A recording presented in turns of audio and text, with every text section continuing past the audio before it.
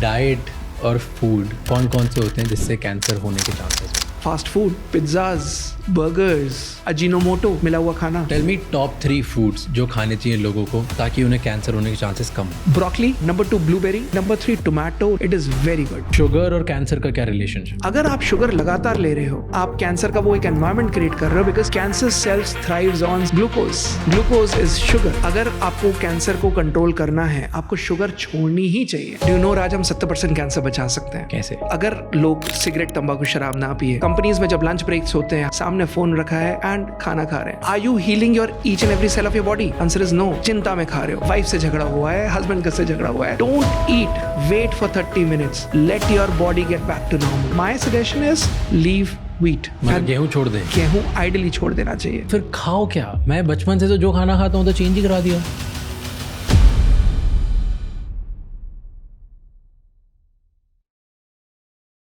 ऐसी बहुत सी चीज़ें हैं जो हम डेली लाइफ में खाते हैं जिससे कैंसर बढ़ रहा है। वो कौन सी ऐसी चीज़ें हैं आज के एपिसोड में हमने डिस्कस करी है। आज का एपिसोड अपनी पूरी फैमिली के साथ देखना और सारे लव्ड वंस को भी दिखाना, क्योंकि ये टॉपिक बहुत ज़रूरी है। आज के हेल्थ एपिसोड में हमारे गेस्ट डॉक्टर तरंग से, who is a cancer healer, coach and MD at the cancer healer centre. इस एपिसोड में मैंने कुछ इंपॉर्टेंट चीज़ें सीखी है जो हमारी हेल्थ को डायरेक्टली इम्पैक्ट करती है। जैसे कैंसर का सबसे बड़ा ट्रिगर क्या होता है, डेली लाइफ में हम जो शुगर कंज्यूम करते हैं उससे क्या हो रहा है, not just unhealthy food but plastic का इस्तेमाल करने से क्या होता है, एंड कीमोथेरेपी के साथ साथ और कौन से ऐसे ट्रीटमेंट्स हैं जो अवेलेबल हैं for cancer. Watch this episode till the and और ट्विटर, इंस्टाग्राम या यूट्यूब के कमेंट्स में मुझसे प्लीज़ शेयर करना और मुझे बताना कि इस एपिसोड से आपने क्या क्या सीखा। Enjoy the show.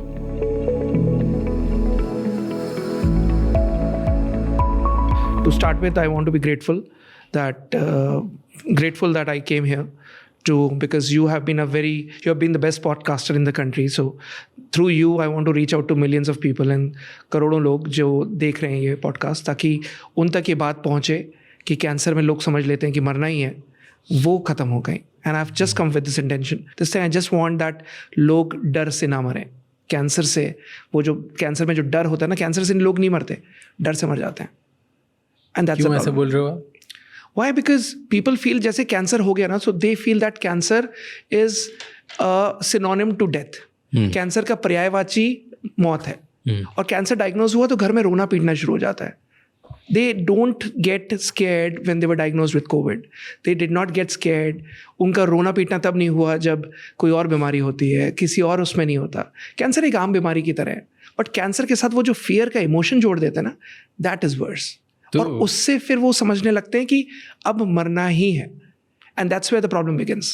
क्योंकि कैंसर और कोविड और बाकी बीमारियों में बहुत डिफरेंस है ना। कैंसर मतलब मोस्ट ऑफ द टाइम आपने आज तक यही सुना है कि दिस इज एंड, ऐसा नहीं, ये सबसे खतरनाक बीमारी है। कैंसर मतलब डेथ नहीं होता।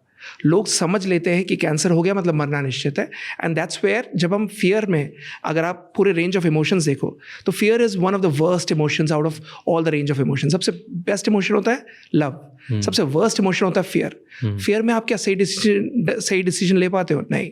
तो फिर आप जब डर में डिसीजन लेते हो तो आपको जो जो बताया जाता है आप वो एज रिस्क करने शुरू हो जाते हो विदाउट इवन थिंकिंग कि क्या आउटकम होगा। Even if you are getting a chemo done और आप सर्जरी कराने जा रहे हो, आपके अंदर वही है, मैं बच तो जाऊंगा ना, मैं बचूंगा तो सही ना, मेरे आगे मेरे बच्चों का क्या होगा, मेरे बच्चों की शादी में देख पाऊंगा या नहीं, मेरे पोतों की मैं उनको स्कूल छोड़ना चाहता हूँ, मैं वो कर पाऊंगा या नहीं। So when you are making decisions with fear, और मैनिफेस्टेशन तो आप नेगेटिव ही कर रहे हो ना, तो you get what you think. If you can hold it into your mind, you can hold it into your hand. It is simple. आपने दिमाग में केवल एक डर बिठा लिया कि शायद मैं बचूंगा या नहीं, तो फिर आप नहीं बचोगे। Why? Because सोच अगर सकारात्मक होती है तो रिजल्ट सकारात्मक होते हैं, सोच अगर नेगेटिव होती है तो रिजल्ट नेगेटिव होते हैं। और जब कैंसर के डायग्नोसिस की शुरुआत अगर आप नेगेटिव से करते हो तो रिजल्ट आपका नेगेटिव ही आना है। बट मेरे को ये बताओ कि कैंसर होता क्यों है? Yes, very interesting. So cancer होने का सबसे major reason, I'll coin it in 4 words.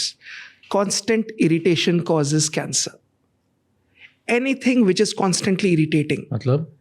मतलब अगर कोई भी चीज़ physically, mentally, emotionally, spiritually, if it is constantly irritating you, any body part, anything, it might lead to cancer. For example, I'll give an example as well. There was a lady who was completely normal, who was from धर्मशाला, वो धर्मशाला की थी, और वो कहती है doctor साहब मैं तो सूरज ढलने से पहले खाना खा लेती हूँ, मैंने कभी सिगरेट, तंबाकू, शराब नहीं पिया, कभी कोई लाइफस्टाइल डिजीज़ नहीं, गाँव से आई हूँ, मुझे कैसे कैंसर हो गया? So that was pretty interesting. तो मैंने उसको और डिगअप किया कि क्या रीज़न है. करते करते करते करते जब पता चला कि उसका हस्बैंड उसको हमेशा मारता था, और रात में जब शराब पी कर आता था, he used to hit her every time, और उसको पीटता था. And she used to cry, but उसको रोते पीटते भी वो खाना बनाती थी, उसको खाना खिलाती थी, उसके जूते उतारती थी, सुलाती थी और फिर सोती थी. So she was that lady, but उसको ये रियलाइज नहीं हुआ, एंड वो उसने अपना एक रूटीन बना लिया कि अरे ये तो रूटीन है, मेरा पति मुझे दारू पी के मारता है, और वो उसने रूटीन समझ लिया. लेकिन उसको रियलाइज नहीं हुआ वो इमोशनल ट्रॉमा में है. जब भी एक पर्सन स्ट्रेस में होता है, एक हार्मोन होता है cortisol, that gets risen up, और वो जब बढ़ता है कहीं ना कहीं बूंद बूंद से सागर बनता जाता है. शुरू में रियलाइज नहीं होता, अरे वो कहते ना कि एक सिगरेट से क्या होगा, एक उससे क्या होगा, बट वो जो कांस्टेंट स्ट्रेस एनवायरनमेंट में जब आप रहते हो, तो वो स्ट्रेस एनवायरनमेंट फिर फाइनली कैंसर का कहीं ना कहीं रूप ले लेता है. एंड ये बॉडी में अलग अलग पार्ट्स में क्यों होता है? So cancer is just a signal, right?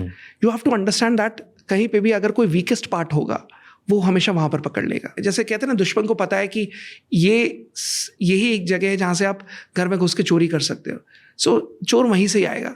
So body में इम्यून सिस्टम पे जहाँ पर वीक होता है, जो वीकेस्ट पार्ट होता है, वहाँ पर आता है. तो अगर आपको पूरी बॉडी में कहीं पे भी इरिटेशन हो रही है कॉन्स्टेंटली, तो इग्नोर नहीं करना चाहिए? No, don't ignore it. छोटी छोटी चीज़ें तो लोग इग्नोर ऐसे ही कर देते हैं. क्या फ़र्क पड़ता है इन सबसे? इससे ये फ़र्क पड़ता है कि आजकल का जो एनवायरनमेंट है, वो एनवायरनमेंट प्योर नहीं है. जो सांस आप ले रहे हो, जो आप खाना खा रहे हो, जो आप ओवरऑल जिस एनवायरनमेंट में रह रहे हो, कुछ भी प्योर नहीं है. तो चार्ल्स डार्विन ने सालों पहले एक थ्योरी दी थी, सर्वाइवल ऑफ द फिटेस्ट. जो सबसे स्ट्रांग है वो नहीं जीतेगा, जो सबसे अडेप्टेबल है वो जीतेगा, जो फिटेस्ट है वो जीतेगा. तो अगर आपको इस एनवायरनमेंट में आज भी सर्वाइवल ऑफ द फिटेस्ट की थ्योरी कामयाब है, और आज भी सर्वाइव करते हैं कि अगर आप सबसे ज़्यादा फिटेस्ट हो, मतलब आपका इम्यून सिस्टम अगर इतना ज़्यादा सक्षम है कि आप इस एनवायरनमेंट में भी रह सकते हो, then probably you can stay in as much pollution as you are.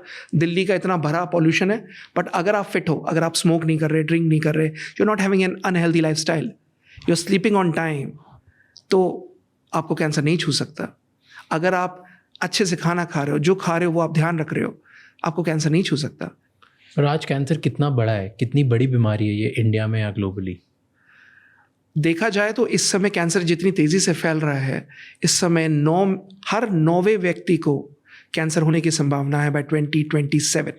हर 9वें व्यक्ति को. Every 9th person in the world. In the world, every 9th person might get a risk of cancer at any stage of his life.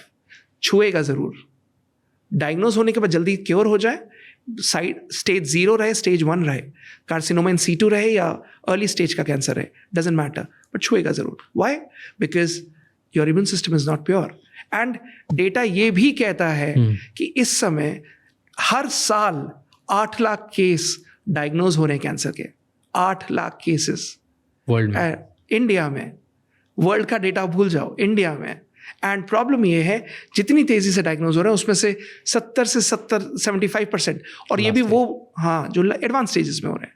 और ये भी वो data है राज, इतने लोग हैं, जो कई लेडीज़ हैं जिन्हें कैंसर होता है, बताते नहीं है, घबराते हैं, अरे नहीं बेटे को नहीं बताना, चिंता हो जाएगी, वो मुझे ऑपरेशन करा देगा. And what's the hardest cancer to cure?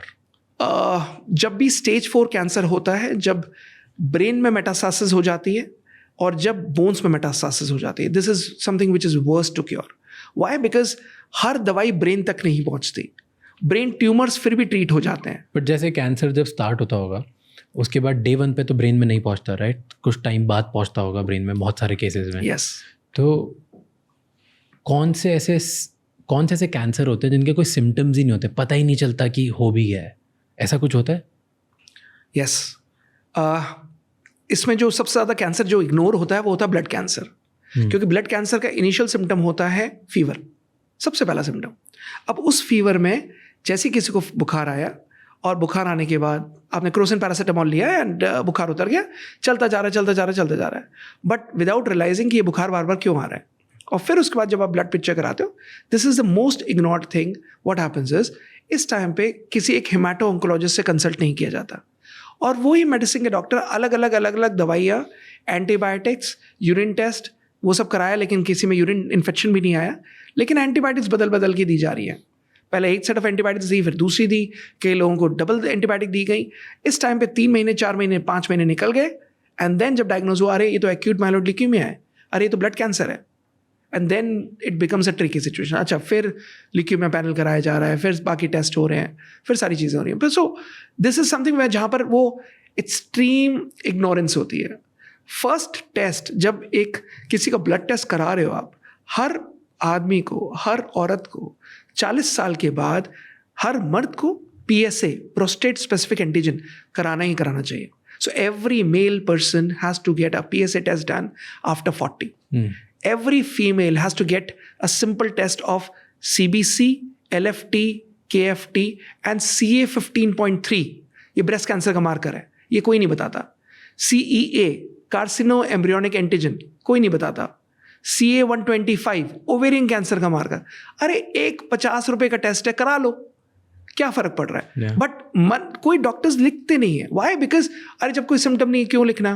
Y are you waiting for the symptom to occur? And एक स्टमक कैंसर का मार्कर है CA72.4, कराना चाहिए। लोग नहीं कराते रहेंगे तो अर्ली डिटेक्ट हो सकता है। यस, वेरिएशन तो पता चलेगा। Early detection means cancer cured, but वो लोग पकड़ना नहीं चाहते, डरते हैं, अरे कुछ आ गया तो।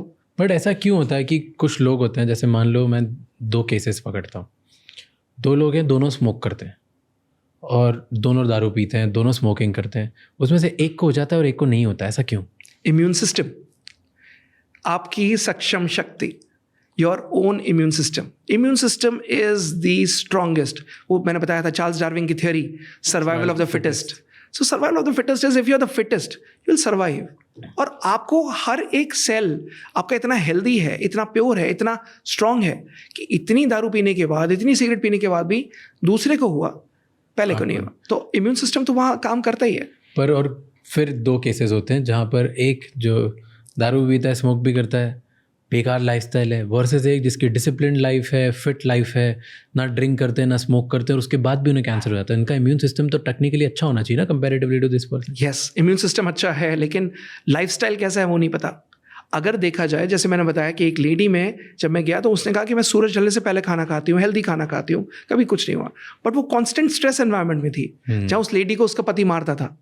वैसे ही अगर ये आदमी जो बिल्कुल डिसिप्लिन लाइफ जी रहा है, अच्छा कर रहा है, लेकिन खाना क्या खा रहा है, व्हाट इज हिज डाइट, वो कितना पॉजिटिव है, कितना पॉजिटिव माइंडेड है। एक होते हैं जो बात ही नेगेटिव करते हैं, जब आपको उनके पास बैठने में मजा भी नहीं आएगा, because the only thing that they will talk is negativity. सोच नेगेटिव, रिजल्ट्स नेगेटिव। नेगेटिव सोचोगे नेगेटिव होगा, पॉजिटिव सोचोगे पॉजिटिव होगा। डू यू नो राज, हम 70% कैंसर बचा सकते हैं। कैसे? वो ऐसे कि अगर लोग सिगरेट, तंबाकू, शराब ना पिए तो कैंसर नहीं होता। अगर लोग खाना हरी करी वरी में ना खाएं तो कैंसर बच सकता है। बट लोग, if you know that companies में जब लंच ब्रेक्स होते हैं, how do they do it? सामने फ़ोन रखा है एंड खाना खा रहे हैं। They are watching a YouTube video, कोई ना कोई वीडियोस चल रहे हैं, and then they are watching it. And अगर वो एजुकेशनल वीडियो है राज शमानी का, then it's good, but otherwise it is not. और वो मैं तो ऐसे ही खाता हूँ, मुझे डरा रहे हो आप। नहीं, you should not be. Why? Because आपका खाने में ध्यान ही नहीं है। you are just eating for the sake of eating, but are you healing your each and every cell of your body?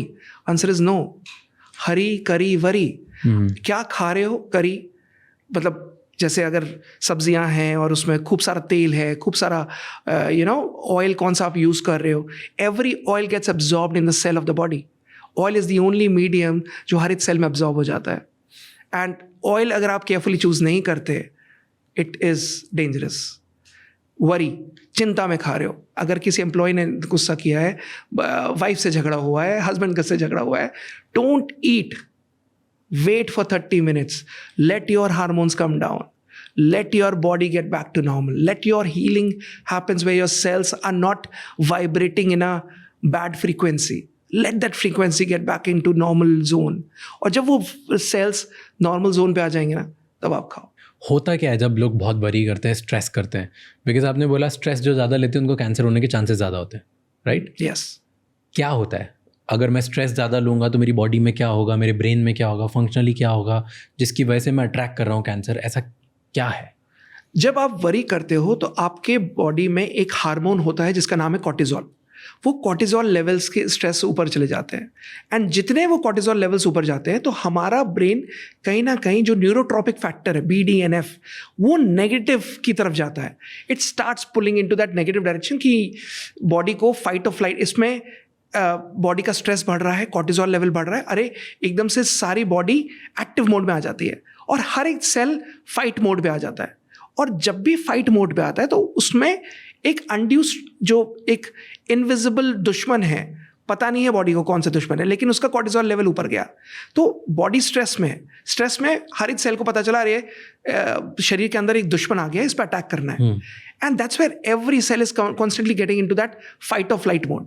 और फाइट और फ्लाइट मोड में बॉडी के जो अलग अलग पैरामीटर्स हैं, the negative hormone starts feeding in, positive hormones back seat ले लेते हैं, अरे नहीं हमें प्रोटेक्ट होना है। उससे कैंसर कैसे आता है? बिकॉज नेगेटिव एंजाइम्स शुरू हो रहे हैं ना, वो जो एंजाइम्स जो पॉजिटिव आने चाहिए थे वो पॉजिटिव ना आकर, कैंसर एक ही बार में नहीं होता कि कॉर्टिजोल लेवल बढ़ गया तो कैंसर हो गया। जब कॉर्टिजोल लेवल कॉन्स्टेंटली हाई रहता है तब कैंसर की शुरुआत होती है। बूंद बूंद से सागर बनता है। ऐसा नहीं है कि आपने स्ट्रेस लिया और एकदम से कैंसर आ गया। When you are constantly into that environment जहां पर सेल को समझ में नहीं आ रहा कि अरे ये काम और कंपोज या इक्विलिब्रियम मोड पे कब रहेगा, ये तो स्ट्रेसफुल एनवायरनमेंट में रह रहा है। So your environment defines your life, no? Got it.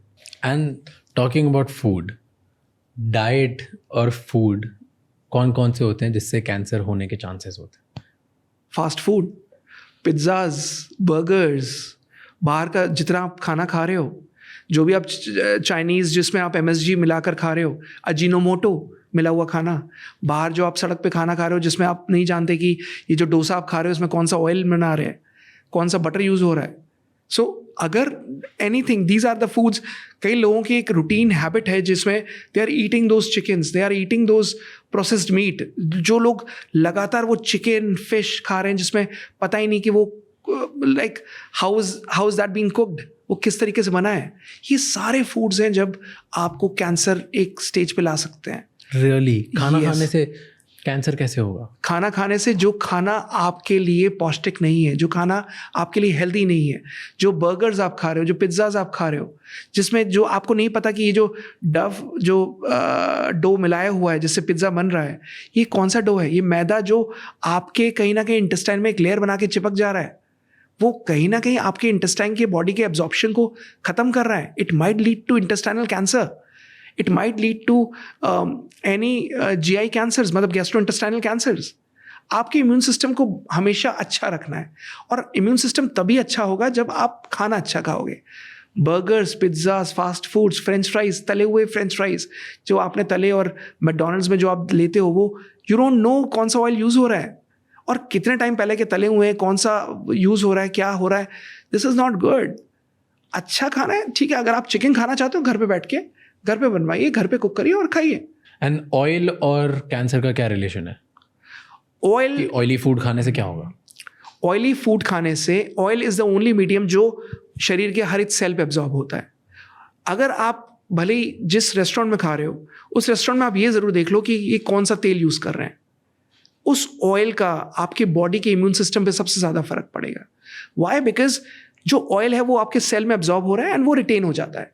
So every cell is getting into that constant environment जहां पर आप अपने इम्यून सिस्टम को, आप अपनी रोग प्रतिरोधक क्षमता को कम करते जा रहे हो। So oil has a direct relation to your health. अगर कहा जाए, oil health is directly proportional to your own general health. अगर ऑयल अच्छा है, आपकी जनरल हेल्थ डाउन नहीं होगी। अगर ऑयल खराब है, you are into that constant environment जहां पर आपकी हेल्थ डाउन होती जाएगी। तो अच्छा ऑयल क्या होता है? कौन सा होता है? अच्छा ऑयल इज एवोकाडो ऑयल, अच्छा ऑयल इज सनफ्लावर ऑयल, अच्छा ऑयल इज ग्राउंडनट ऑयल, अच्छा oil is olive oil, best oils. अगर कोल्ड ऑलिव एनवायरमेंट ऑयल में तो पका नहीं सकते ना, खाना बना नहीं सकते। पोमास में पका सकते हैं, एक्स्ट्रा वर्जिन में नहीं पका सकते। सो आइडियली अगर देखा जाए, जैसे अगर आप सैलड लेते हैं तो कोल्ड सैलड या हॉट सैलड कोई भी अगर आप ले रहे हैं तो हमेशा एक्स्ट्रा वर्जिन ऑलिव ऑयल उसमें डालें। So it will give each and every cell. तभी एक्स्ट्रा वर्जिन ऑलिव ऑयल क्यों डालते हैं? क्योंकि वो ऑयल आपके सेल को एब्जॉर्ब करता है, हर एक सेल वो ऑयल को एब्जॉर्ब करता जाएगा एंड देन इट एनरिचेस, कहते हैं ना, उसका ऑयल हर सेल का ल्यूब्रिकेंट बन जाता है and this is what is bringing you towards immunity. खराब ऑयल मतलब पाम ऑयल, हर चीज़ में तो पाम ऑयल है, तो जो जो चीज़ों में पाम ऑयल है वो कहीं ना कहीं आपको डैमेज ही कर रहा है। It is breaking down your immune system. So label पढ़ना बहुत ज़रूरी है। एंड घी से कुछ होता है? Very very good, very important. मेरे यहाँ घर में मैं हर खाने में हमारे घी यूज़ होता है, ओनली एंड ओनली घी। सो अगर ऑयल्स में देखा जाए बेस्ट इज घी, बेस्ट। 1 चम्मच घी आप डालें। वो ज़माने गए, वो ऑयल इंडस्ट्री ने ये शुरू किया था कि घी खराब है, घी से मोटापा बढ़ता है, घी से आपका लिपिड प्रोफाइल बढ़ता है, घी से ट्राइग्लिसराइड्स बढ़ते हैं। ट्राइग्लिसराइड्स अगर बढ़ते हैं तो वो उन खानों से बढ़ते हैं जिसमें वो ऑयल आप बार बार यूज़ कर रहे हैं। आज आपने उस ऑयल में पकौड़े तले, कल आपने उसमें भटूरे उतार लिए और फिर वो 3 बार और यूज़ करके, जो घर में लेडीज़ करती हैं, एंड देन उसके बाद उसको डिस्पोज ऑफ किया। 3 बार यूज़ करने के बाद नहीं, ऑयल केवल और केवल एक ही बार यूज़ किया जाता है। आप जितनी बार यूज़ करोगे आपके बॉडी के ट्राइग्लिसराइड्स बढ़ते जाएंगे। Ghee is the only medium जो हाई बॉइलिंग पॉइंट पे भी टूटता नहीं है, और ghee is the most comfortable and the most safe food to have. अगर आप खाने में 1 चम्मच घी डाल के खा रहे हैं, कभी कुछ नहीं होगा। एंड शुगर और कैंसर का क्या रिलेशनशिप? डायरेक्ट रिलेशन है, डायरेक्ट रिलेशन है। अगर आपको कैंसर को कंट्रोल करना है, आपको शुगर छोड़नी ही चाहिए। अगर आप शुगर लगातार ले रहे हो, समवेयर डाउन द लाइन आप कैंसर का वो एक एनवायरनमेंट क्रिएट कर रहे हो, because cancer cells thrives on C6H12O6 glucose. Glucose is sugar. So you have to cut down on sugar. आपने अगर कैंसर से बचना है, कैंसर से अपने आप को सेफ रखना है, कैंसर से अगर आपको जल्दी हीलिंग करनी है, ऑन्कोलॉजिस्ट कहते हैं कि अरे कुछ नहीं, कोई फ़र्क नहीं पड़ता, आप शुगर खाओ, चीनी खाओ, इन सब उसमें मिथ में मत पढ़ो कि चीनी से नहीं होता। 100% होता है। आपको चीनी छोड़ देनी चाहिए। I am talking out of 22 years of my cancer practice. Leave sugar in cancer. क्या होता है शुगर से? अगर मैं शुगर खाता हूँ तो कैसे मैं कैंसर को इन्विटेशन दे रहा हूँ? बेसिकली अगर आप देखोगे कि हर सेल जो कैंसर का होता है वो सर्वाइव करता है इन ग्लूकोज एनवायरनमेंट, और जो ग्लूकोज एनवायरनमेंट होता है वो वहाँ पर it becomes that flourishing medium कि अरे यहाँ पर तो हमारा मनचाहा खाना मिल रहा है, and then it starts getting into that mode जहाँ पर कैंसर का फेवरेबल एनवायरनमेंट है बट इम्यून सिस्टम का नेगेटिव एनवायरनमेंट है। सो देखा जाए, if I have a data जिसमें मैक्सिमम कैंसर पेशेंट्स जो डायग्नोज हुए हैं, 60% of those patients were diabetic, और उनको जब डायग्नोज हुआ तब ऑलमोस्ट स्टेज 3 था। फर्स्ट और सेकंड स्टेज में डायबिटिक्स को डायग्नोज ही नहीं हुआ।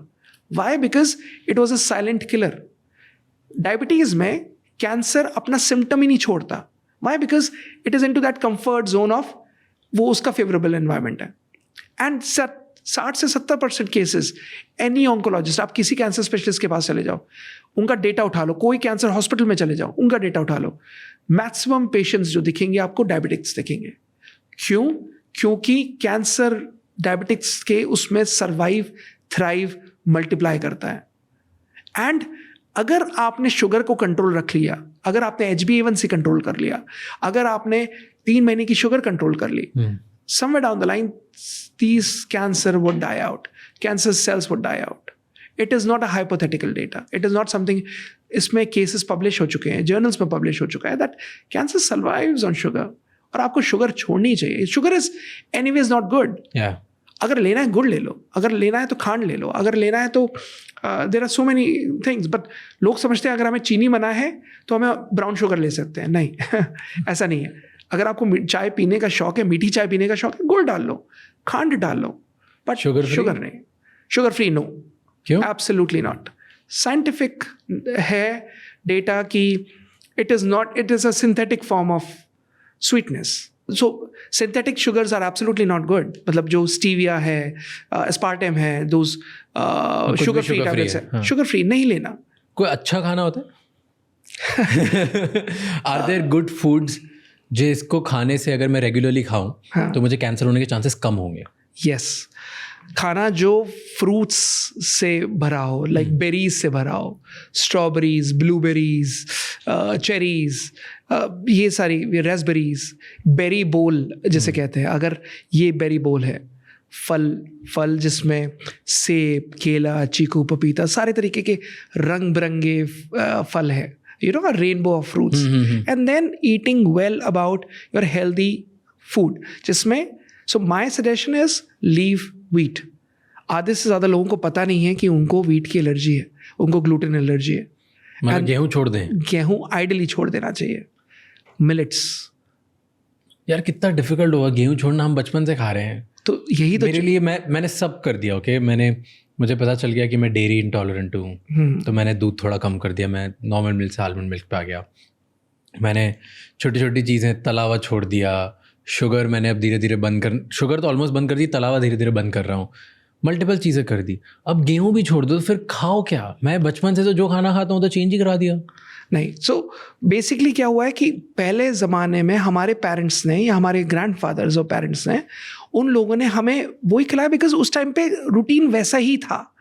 तब उस समय हम जैसे कहते हैं ना कि अगर जैसे जैसे चीज़ें चलनी है, so in Rome live like the Romans live. So अब रोम बदल रहा है, अब वैसा नहीं रहा जैसे 20 साल पहले था। तो अगर आज के एनवायरनमेंट में जहाँ पर इतना ज़्यादा पोल्यूशन है, जहाँ पर इतना ज़्यादा कांस्टेंट स्ट्रेस है, जहाँ पर कुछ भी चीज़ प्योर नहीं है, तो उसमें आपको इम्यून सिस्टम सबसे अच्छा रखना है। तो इम्यून सिस्टम अच्छा रखने के लिए आपको पता है कि गेहूँ is something which would bring a lot of inflammation in your body. क्या होता है गेहूँ खाने से?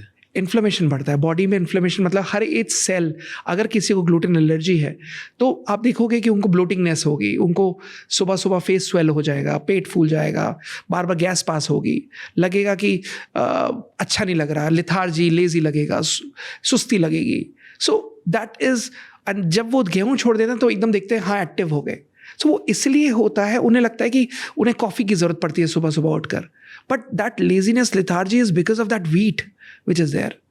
अगर आप वो गेहूँ छोड़ कर देखो, 21 दिन छोड़ दो और फिर उसके बाद देखो आप, यू योरसेल्फ वुड फील कि आप एक्टिव हो, आप चार्ज अप हो। Like even if you don't eat till 2 o'clock, आपको भूख नहीं लगेगी। यू वुड फील कि you would be still full of energy. आपको लगेगा ही नहीं कि आप लिथार्जी हो रहे हो, लेजी हो रहे हो, सुन्न हो रहे हो, काम करने का मन नहीं कर रहा, सुस्ती आ रही है, वैसा कुछ नहीं होगा। That is the best part. So eat ragi, millets, amaranth की रोटी बहुत अच्छी बनती है, रागी की रोटी बहुत अच्छी बनती है, ज्वार बाजरा, बट ज्वार गर्मियों में, बाजरा सर्दियों में। सो जनरली लोग कहते हैं कि ज्वार बाजरा कभी भी खा लो, ऐसा नहीं होता।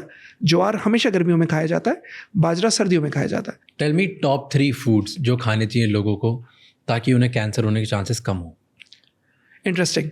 Broccoli, very very good, cruciferous vegetables है। Number 2 blueberry, very good, very important, and number 3 tomato, lycopene है उसमें बहुत ज़्यादा, it is very good। अगर ये 3 चीज़ें आप खा रहे हो, आई एम श्योर कि आप अपने आप को एक अच्छा एनवायरनमेंट में रख रहे हो, एक अच्छी बॉडी के हर एक सेल का ध्यान रख रहे हो।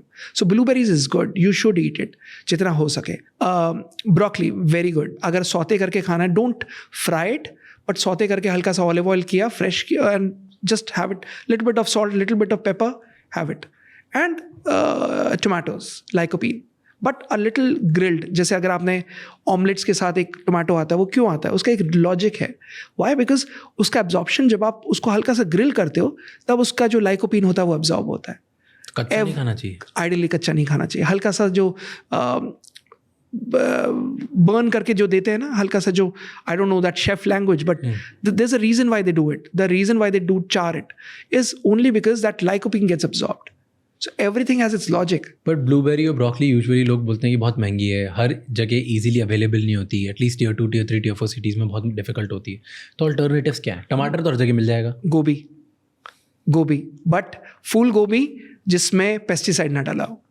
फूल गोभी इज़ वेरी गुड। और फूल गोभी अगर कोई ग्लूटेन फ्री भी है, that's the best thing to have, right. अगर कोई वीगन भी है तो भी गोभी ले सकता है। तो गोभी सबसे सस्ता, बढ़िया, अच्छी सब्जी, आप ले सकते हो, have it, but properly washed and cooked, because the biggest infection source अगर है तो वो फूल गोभी है। तो अगर वो अच्छे से धुली हुई है तो फूल गोभी आप ले सकते हो, इट इज़ वेरी गुड। और ब्लूबेरी का अल्टरनेटिव? That's interesting. ब्लूबेरी का alternative, an apple a day keeps a doctor away. Apple जिसमें वैक्स ना लगाया हुआ हो, एप्पल जिसमें प्रॉपर ऑर्गेनिक हो. अच्छा सेब ना गंदा दिखेगा, अच्छा सेब सुंदर नहीं दिखेगा, अच्छा सेब चमकता हुआ नहीं दिखेगा, अच्छा सेब ब्राइट शाइनी नहीं होगा. So that is that actual good सेब. आप शिमला जाओगे, कश्मीर जाओगे ना, तो वहाँ सेब ना नॉर्मल अजीब सी शेप, अजीब सा कलर होता है. They are not that bright red that you see जो वॉशिंगटन एप्पल आते हैं. वैसा मत लेना. उसमें क्या लेयर लगी हुई है, कितना है, वो you don't know that. Take those desi apples, desi organic apples. They are rich. They are rich in iron. They are rich in nutrients. They are rich in those micronutrients. So have that. Usually तो लोग attract ज़्यादा उस पर होते हैं ना, एकदम बढ़िया दिखता है. हाँ, वो नहीं होना चाहिए, वो नहीं होना चाहिए. जो फल, एक फल है जिसमें आप कभी भी पेस्टिसाइड नहीं देख सकते, वो है केला. केला में अगर आपने पेस्टिसाइड डाला, सड़ जाएगा. एक और फल है जिसमें आप पेस्टिसाइड नहीं डलवाते, जिसमें कोई किसान, आप पूछ लेना किसी से भी, कोई किसान पेस्टिसाइड नहीं डालेगा. वो है अमरूद. अमरूद में कभी भी पेस्टिसाइड नहीं डलता. And this is one fruit that would always keep you healthy. Guava. But लोग गुआवा को हल्के में लेते हैं. उन्हें लगता है कि अरे यार सुंदर सा नहीं दिख रहा, कुछ नहीं हो रहा. बट गुआवा अकेला ऐसा फ्रूट है, आप पूरे इंडिया में सर्वे कर लेना, उस पर कभी भी कोई पेस्टिसाइड नहीं डलेगा. बट जो वो थाई गुआवा आते हैं इतने बड़े वाले, उनमें भी नहीं होता. इम्पोर्टेड. हाँ, जो इम्पोर्टेड आते हैं. मैं मेड इन इंडिया कंसेप्ट में बिलीव करता हूँ. तो मुझे मोदी जी का मेड इन इंडिया समझ में आता है. So I believe in Indian fruits, I believe in Indian food. Thai guavas I have बड़े से दिखते हैं ना, सीन इट. कई सारी शादियों में रहते हैं बाहर. हाँ. बट मैं नहीं ट्राई किया और मैंने कभी खाता नहीं.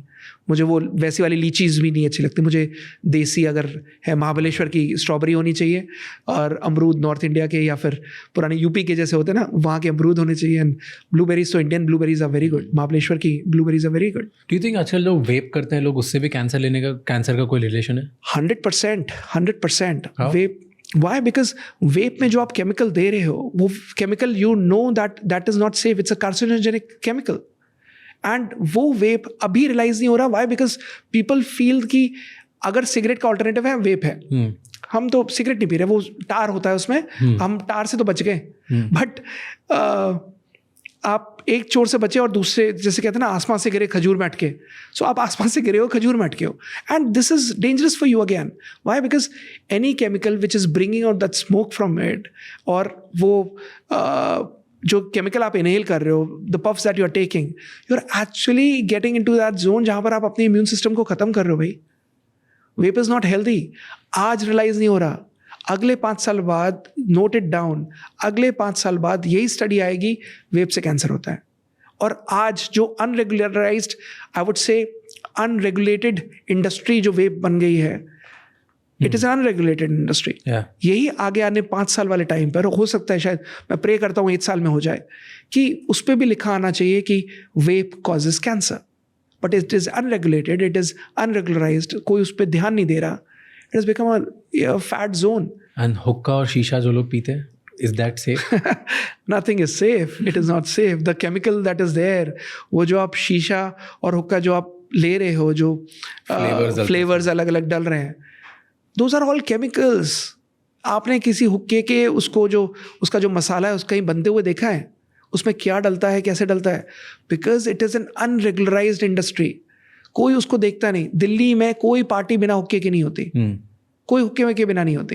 And everybody is into that हुक्का जोन की नहीं, हमें तो शीशा चाहिए, हमें हुक्का चाहिए. और इस वजह से हर जगह पूरे देश भर में जो बी टाउन सिटीज़ थी, वहाँ पर भी शीशा लाउंजेस और वो बन गए, जहाँ पर you find people from 18 years to 60 years going there and enjoying their shisha, without even thinking कि जो आप बुड़बुड़ कर रहे हो, इससे आपके सेल भी बुड़बुड़ कर रहे हैं. And this is dangerous. हर एक सेल जो आप ले रहे हो, उसमें वो जो केमिकल है, this is a direct inhalation of those chemicals. So you mean to say कि शीशा, हुक्का, इनसे भी कैंसर होने के चांसेस हो सकते हैं? Is that it is as dangerous as, let's say, something like smoking? 100%. And इस कंटेंट के बहाने अगर शायद इस पॉडकास्ट के बाद भगवान करे अगर किसी ने स्मोकिंग छोड़ दी, I think we are successful today. I think we are successful. Absolutely. Okay. Physical और इमोशनल ट्रॉमास या फिजिकल हर्ट या इमोशनल हर्ट से भी कैंसर होने के चांसेस होते हैं? Yes yes. एक्सप्लेन दोनों अलग अलग तरीके से. Physical trauma and emotional trauma. So the dangerous trauma, मतलब अगर सबसे भयानक और सबसे डरावना ट्रॉमा बोला जाए तो वो इमोशनल ट्रॉमा होता है. और उस इमोशनल ट्रॉमा में अलग अलग इमोशंस हैं जो आपको डेंजरस होते हैं, जो आपको कहीं ना कहीं तोड़ देते हैं, मजबूर कर देते हैं. जैसे सबसे वर्स्ट इमोशन होता है ग्रीफ. ग्रीफ मतलब किसी की फैमिली में डेथ हुई. सपोज एक लड़का है और उसके मदर से वो बहुत ज़्यादा अटैच्ड है या फादर से बहुत ज़्यादा अटैच्ड है और उसके मदर या फादर की डेथ हो गई. अब वो जैसे हम कहते हैं हिंदी में एक सदमे में चला गया. तो वो सदमा नहीं, he is into that grief जहाँ पर वो एक पेन में है कि अरे there is a loss of a loved one. एक आई थिंक उससे वर्स्ट वो लॉस किसी के लिए नहीं होता जो एक जिससे आप बहुत ज़्यादा प्यार करते हो वो आपकी ज़िंदगी से चला जाए. राइट. जब उस ग्रीफ में आप होते हो, लोग क्या करते हैं, आज हमारी जो कम्युनिटी है, हमारे जो लोग बाग हैं आसपास, हमें वो सिखाते हैं जो कहते हैं कि अरे छोड़ना है, भूलना यार, आगे बढ़, चलना यार, मिट्टी डाल, आगे बढ़, अरे फॉरगेट इट यार, आगे बढ़. ये forget it is not good. Forgive and forget, this is not good. What is not good is you are not processing the pain. उस पेन को प्रोसेस करो. Be into that zone, that's fine. It's okay to be into that trauma. It's okay कि आपने loved one खोया, that's fine. But ठीक है, अब आगे probably look at that brighter side. So there is this thing which I would like to say about is AFRA. AFRA is A stands for assign that pain. मतलब what is that pain which is there, right? And आपको पता चल गया कि वो pain है, वो किसी मैं जिससे प्यार करता था उसके खोने की वजह से मुझे वो पेन हुआ. तो वो आपने असाइन किया. F stands for feel it. आप उसको फील कर रहे हो. You are feeling into that pain कि वो कैसा है, किस तरीके से है. And every pain has that feeling of, वो पर्सन स्पेसिफिक होता है. Your emotional trauma would have a different magnitude of pain. मतलब हो सकता है वो काला, रबड़ी, मतलब when you will get into that zone feeling, you will get into it. वो it's very personalized, right? I can't explain it in a podcast probably. There's this exercise that I do with all my patients where I get into that zone जहाँ पर मैं उनको वो ले जाता हूँ. F is for feeling. R is for releasing it. When you get into that power कि मुझे इसको release करना है, छोड़ना है, हटाना है अपनी ज़िंदगी से. And A, आगे बढ़ना है. Ascend. You move forward. And move forward. It's not necessary कि आपके किसी लव्ड वन की डेथ हुई तो आप असेंड कर रहे हो उस पेन के साथ. नहीं, आप असेंड कर रहे हो उसकी गुड मेमोरीज के साथ. So it's a complete exercise that we do for all our patients. Like कई पेशेंट्स हैं राज जो उनके मदर की या फादर की डेथ हुई और उसके बाद या किसी हस्बैंड वाइफ में से किसी हस्बैंड की डेथ हुई और वाइफ को कैंसर हो गया 2 साल बाद. अब जब उनसे पूछा गया तब उसने कहा कि वो आज भी अपने हस्बैंड को याद करती है और वो कुछ नहीं करते हैं. And she is a lady, she is not eating anything bad, अच्छे से खाती है, अच्छे से ध्यान रखती है, कोई वो भी नहीं कि दिन भर फोन पर रहना, लेकिन कैंसर डायग्नोज हो गया क्योंकि वो उस ग्रीफ में अभी भी है 2 साल बाद. सो उसको फिर हम ये एक्सरसाइज कराते हैं ट्रीटमेंट के साथ साथ. And then you get into that healing of emotional trauma healing. It's a complete exercise. And this is important. अगर आप कैंसर के तह तक नहीं जाओगे तब तक आप कैंसर को ठीक ही नहीं कर सकते. ट्रीटमेंट अलग है, हीलिंग अलग है. That's important. Physical trauma different. Physical trauma again, आपको चोट लगी, एक्सीडेंट हुआ. यस, इंस्टेंसेस देखे गए हैं जहाँ पर किसी का एक्सीडेंट हुआ, हड्डी में चोट लगी और बाद में वहाँ पर फ्रैक्चर हुआ था किसी के थाइज में, बाद में 2 साल बाद उसको ऑस्ट्रोजेनिक सार्कोमा, बोन कैंसर हो गया. एक बच्चा ट्रेन में सफ़र कर रहा था, ऊपर वाले बर्थ पे था, नीचे गिरा, छोटा सा था, मतलब 6 महीने साल भर का, सॉरी टू से, और उसको गिरने के बाद गुम चोट लगी, पेरेंट्स से सहलाया, सब स्कैन वगैरह कराया, नॉर्मल था, लेकिन 1 साल बाद ब्लड कैंसर हुआ. History of injury, history of fall. लोग ये सब देखते नहीं है. The youngest patient who has come to cancer care centre is for 10 days. And सबसे जो पेशेंट जो सबसे बुजुर्ग ये उसमें आए हैं वो 92 years के हैं. 10 दिन वाला, मुझे बहुत गर्व होता है कहते हो, it gives me immense pride. 10 दिन वाला बच्चा भी क्योर हुआ, 92 years वाला भी. And I have testimonials for both. It gives me that pride. But just see that stand. अब वो 10 दिन के बच्चे ने कुछ किया नहीं था, तो फिर उसको कैसे कैंसर हो गया?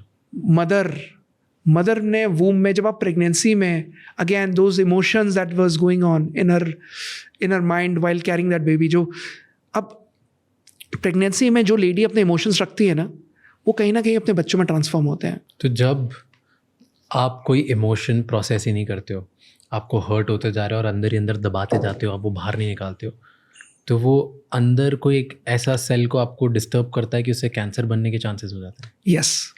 एंड वही अगर आप प्रेग्नेंट हो तो उस टाइम प्रेगनेंसी में भी निकलते हैं, लाइक बच्चे को भी हो सकते हैं. यस. और तभी जो बच्चे जब डायग्नोज होते हैं, कहते हैं कि अरे 10 दिन के बच्चे को कैसे कैंसर डायग्नोज हुआ है, अरे 1 महीने के बच्चे को कैसे कैंसर डायग्नोज हुआ. वो इसीलिए हुआ है क्योंकि प्रेगनेंसी में ध्यान नहीं रखा गया. इन सब के बारे में बात क्यों नहीं करते लोग? Emotions is so under talked. Emotions के बारे में, इमोशनल हर्ट के बारे में, इसके बारे में ज़्यादा बात नहीं करती, ज़्यादा अवेयरनेस नहीं है, लोगों को पता ही नहीं है. इन सब चीज़ों को भी इम्पोर्टेंस देना चाहिए. सबसे ज़्यादा अगर कोई अनकम्प्रोमाइज टॉपिक है ना, वो है mental health. Okay, external environment और सारे इन्वायरमेंट्स की हम बात कर रहे थे. We spoke about food, we spoke about lifestyle, we spoke about emotions, right. One important चीज़, जब भी लोग कैंसर की बात करते हैं तब बात करते हैं कि कैंसर हेरिडिटरी से होता है. यस. तो कितना कैंसर हेरिडिटरी से आता है और कितना किसी को भी हो सकता है? कैंसर हेरिडिटरी होता है. I have 100%? Yes, cancer hereditary होता है. अगर कैंसर वंशानुगत है, because cancer travel in genes. And what happens is, जब आप कैंसर में, अगर किसी को फैमिली में हिस्ट्री में कैंसर है, तो उसके आगे आने वाली जनरेशन या उसके पीछे वाली जनरेशन में रिस्क बढ़ जाता है कैंसर होने का. तभी मैं हमेशा कहता हूँ, अगर किसी के मदर फादर को कैंसर डायग्नोज हुआ है, आई ऑलवेज टेल देम कि मैं हमेशा बोलता हूँ अपने बच्चों को अगली बार लेकर आना ओपीडी में. वो कहते हैं क्यों? बोलते मुझे उनसे बात करनी है. And then I always ask them अलग से, स्मोक तो नहीं करते, ड्रिंक तो नहीं करते, क्या करते हो, and all that. Why? Because मेरा बीइंग अ डॉक्टर फर्ज है कि अगर मैं इस कैंसर पेशेंट को ठीक कर रहा हूँ तो आगे भी कैंसर भविष्य में ना हो. और मेरा जो मिशन है कि कैंसर एक ज़ोडिएक साइन रहे, बीमारी ना रहे, तो उसमें मुझे आगे आने वाली जनरेशन में भी तो ये अवेयरनेस पहुंचानी है. तो इसलिए we always do it. But again our scope is limited. जितने हम 18 सेंटर्स में कर सकते हैं, बट अगर ये हर हॉस्पिटल अप्लाई करना शुरू कर दे और एजुकेट करना शुरू कर दे कि कैंसर हेरिडिटरी है, please have a safe environment जहाँ पर आप कैंसर से बच सकते हो और भविष्य में आपके कैंसर होने का खतरा बहुत ज़्यादा है. अगर 2 लोग हैं, एक के मदर या फादर को कैंसर रहा है और एक के नहीं रहा, तो जिसके मदर फादर को कैंसर रहा है उसको आगे आने वाली जनरेशन में कैंसर होने का खतरा बहुत ज़्यादा होता है as compare to the other person. So cancer is always hereditary. The thing is you have to prevent getting it at any point of life. But जिसकी हेरिडिटरी नहीं उसको भी तो हो सकता है कैंसर. यस, हो सकता है, हो सकता है. बट अगेन आगे आने वाली जीन्स में, because somewhere down the line वो उसके जीन में डोरमेंट रहा और उसको वो फेवरेबल एनवायरनमेंट मिल गया जहाँ पर अगेन, हाँ, जहाँ पर थ्राइव कर गया वो. So that's important. क्या हम बॉडी को इतना स्ट्रांग बना सकते हैं कि कैंसर हो ही नहीं कभी? हाँ, 100%. कैसे? आपका इम्यून सिस्टम. सो 3 चीज़ें मैं हमेशा बोलता हूँ. अपनी मेंटल हेल्थ के लिए आपने एस्ट्रोनॉट देखा होगा. एस्ट्रोनॉट अगर आपने देखा हो तो वो एक ग्लास का चेम्बर पहनते हैं जिसमें वो ऑक्सीजन चैम्बर होता है and they are protected from, उन्हें बाहर के कुछ उससे फ़र्क नहीं पड़ता. So get into your bubble of tight focus, जहाँ पर आपको फ़र्क ही नहीं पड़ रहा, लोग नेगेटिव बोल रहे हैं, कुछ भी बोल रहे हैं. लाइक इफ़ यू से कि आपके कुछ फ्रेंड्स हैं जो स्मोक, ड्रिंक, वेप सब करते हैं, still you have been so clean, right? So that's where, because you are into that tight zone of bubble. Likewise, physically, if you are into that best of immunity, जहाँ पर even if you are a little overweight, underweight, idle weight, that's fine. But you are into that best of immunity. You are eating well. आप अच्छा खा रहे हो, आप अच्छा P रहे हो, आप अच्छा टाइमली सो रहे हो, आप सुबह टाइमली उठ रहे हो, आप रात में देर से नहीं सो रहे, आप पार्टीज में ये सब जो स्मोकर्स हैं उनसे दूर रह रहे हो, आपको कैंसर नहीं छू सकता. अगर आपका इम्यून सिस्टम सक्षम है, आपको कैंसर नहीं छू सकता. मैं कैसे अपना इम्यून सिस्टम बेटर कर सकता हूँ या स्ट्रॉन्ग कर सकता हूँ? Give me hacks. Okay, like proper मुझे 3 हैक्स दो जिससे मैं अपना इम्यून सिस्टम इतना स्ट्रॉन्ग कर लूँ कि कैंसर होने के चांसेस मुझे ऑलमोस्ट नेग्लिजिबल हो जाए. ठीक है. सो सिंपल वर्ड्स में बता देता हूँ. ये 6 लेटर्स है. अगर आपने ये 6 लेटर्स फॉलो कर लिया, आपको कैंसर नहीं हो सकता. MEDSRX, maids RX. ओके, ठीक है. RX इज जो प्रिस्क्रिप्शन होता है, RX and meds. So I debrief it now. So ये एक एक्रोनिम है. अगर आपने ये अपनी लाइफ में छाप लिया, कैंसर नहीं छू सकता आपको. M is meditation. Mental health में अपने आप को सबसे ज़्यादा ध्यान रखना है. So every day whatever guided, not guided, musical, whatever meditation that you want to do, M से आप मेडिटेशन करते रहो daily. E is exercise. Yoga, if yoga suits you. Exercise, gym suits you. Pranayam, anulom vilom, walks, brisk walking, 10,000 steps, जो suit करता है. Every person is different. पसीना भाव. पसीना भाव. Sweat it out. M-E, E is exercise. D is diet. अच्छा खाना, हरी करी वरी में नहीं, अच्छा खाना, clean खाना. If preferred is vegetarian. If you are a non-vegetarian, chicken and fish, white meat, no red meats. D is diet. Lots of fruits, blueberries, broccolis, tomatoes. D is diet. Right? S, sleep. Sleep. जितना हो सके अच्छे से सोइए, timely सोइए. Even if you're sleeping for 6 hours, ideally is 8 hours. अगर आप 6 घंटे सो रहे हो, रात 10 बजे सो जाओ, सुबह 4 बजे, 5 बजे, 6 बजे, जितने बजे उठना है, that's up to you. However you want to take it. अगर जिंदगी में बड़ा करना है जल्दी उठिए, नहीं करना कोई बात नहीं, लेट उठिए, but you have to take care of your sleep. 10 बजे सो जाओ. Meds, MEDS. R, relationships. There is no point of doing anything जब रिलेशनशिप स्ट्रांग नहीं है. दोस्त दिन में, ये अगर आप हो, ये आपके दोस्त होने चाहिए जो आपको कवर कर लें. ये 4 दोस्त आपके ऐसे अटूट होने चाहिए कि वो आपकी हर समय खड़े रहें. 4 बजे भी, रात को 2 बजे भी, सुबह 4 बजे भी अगर आप बोलो यार वॉक पे चलना है, वो आपके अकाउंटेबिलिटी पार्टनर रहें. आपकी वाइफ रिलेशनशिप्स में आती है, आपके हस्बैंड्स रिलेशनशिप्स में आते हैं, आपके बच्चे. You have to give time for those relationships. And X is that X factor. X factor is different for different people. Like there are people who enjoy sex. Enjoy that sex. That's X factor.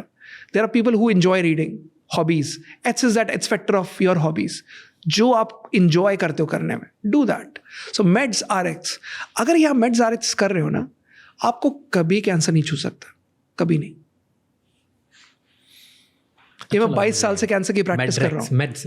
Meds RX. Meds RX. I like it. Thank Okay. you. But let's understand cancer deeper. Stage 0 cancer क्या होता है? कुछ होता है? Stage 0 cancer मतलब carcinoma in situ. जब वो localised है, वहीं पर ही है. लंप किसी को ब्रेस्ट में हुआ, वो वहीं पर ही है. लंग्स में हुआ, वहीं पर ही है. लोकलाइज्ड, छोटा, आपने उसको ऑपरेट करके निकाल दिया. कार्सिनोमा इन सीटू वहीं पर ही लोकलाइज्ड है. ओके. That's stage 0. तो कैसे स्टार्ट होता है कैंसर, फिर स्टार्ट होके फैलता कैसे बॉडी में, कितनी स्टेजेस होती हैं, स्टेज 1, स्टेज 2, स्टेज 3, कहाँ पर क्या करना चाहिए जिससे हम बच जाएं? Explain everything, give me a proper lecture on. Okay, so cancer जब शुरुआत होती है, किसी भी ऑर्गन से शुरुआत हो सकती है. It can be breast, it can be lungs, it can be liver, it can be bones, it can be brain, it can be anywhere. Right. अब जब कैंसर की शुरुआत हुई तो वहाँ पर वो स्टेज, सो कैंसर की जो स्टेजेस होती है वो स्टेज 1, स्टेज 2, स्टेज 3, स्टेज 4 होती है. अब इसका एक क्लासिफिकेशन होता है जिसको हम कहते हैं TNM क्लासिफिकेशन. T मतलब tumour, N is nodes and M is metastasis. Metastasis मतलब स्प्रेड, जो मैंने बताया था, प्राइमरी सेकेंडरी फैल जाता है. तो टी ट्यूमर जब लोकलाइज्ड जगह पर होता है तो सबसे पहले टी से शुरू होता है, विच इज स्टेज 0 and 1. जब वो ट्यूमर डेवलप हुआ, ग्रोथ हुई, अनकंट्रोल्ड ग्रोथ हुई, you are not into that best of environment, और आपके बॉडी ने, आपने अपने शरीर का ध्यान नहीं रखा और वो ट्यूमर डेवलप हो गया, वो स्टेज 1 है. अब जब सपोज मैं एक ब्रेस्ट कैंसर से एग्जांपल लेता हूँ, because that is number 1 prevailing cancer in India right now. Breast cancer में ब्रेस्ट से शुरुआत हुई. अब वहाँ से वो शुरू होकर बगल में एक गांठ आ गई आर्मपिट के नीचे, जिसको आप कहते हैं एक्सिलरी लिम्फ नोड. राइट. अब जब वो ब्रेस्ट से वहाँ से शुरू हुआ, उसकी जड़ें बाहर की तरफ फैलनी शुरू हो गई. मैं ग्राफिकल रिप्रेजेंटेशन में बेटर बता सकता हूँ. सो अलग अलग फैलना शुरू हो गया. जब वो सेल फैला तो वो फैल कर सबसे पहले लिम्फ नोड्स पे जाता है, बिकॉज हमारे बॉडी में अलग अलग स्प्रेड्स होते हैं. जैसे ब्लड के थ्रू स्प्रेड होता है, ब्लड पूरे शरीर में है, तो blood is a connective tissue. Blood जो ब्रेस्ट में सप्लाई कर रहा है वही लंग्स में, लिवर में, बोन्स में, हर जगह वही ब्लड जा रहा है. तो थ्रू ब्लड इट स्प्रेड्स, या फिर लिम्फ के थ्रू स्प्रेड करता है. जैसे हम लिम्फेटिक, मतलब जो लिम्फ नोड्स होते हैं वो अलग अलग वो कैरियर्स रहते हैं. तो जो एक्सिलरी लिम्फ नोड्स हैं या सर्वाइकल लिम्फ नोड्स हैं, वहाँ पर फैल गया.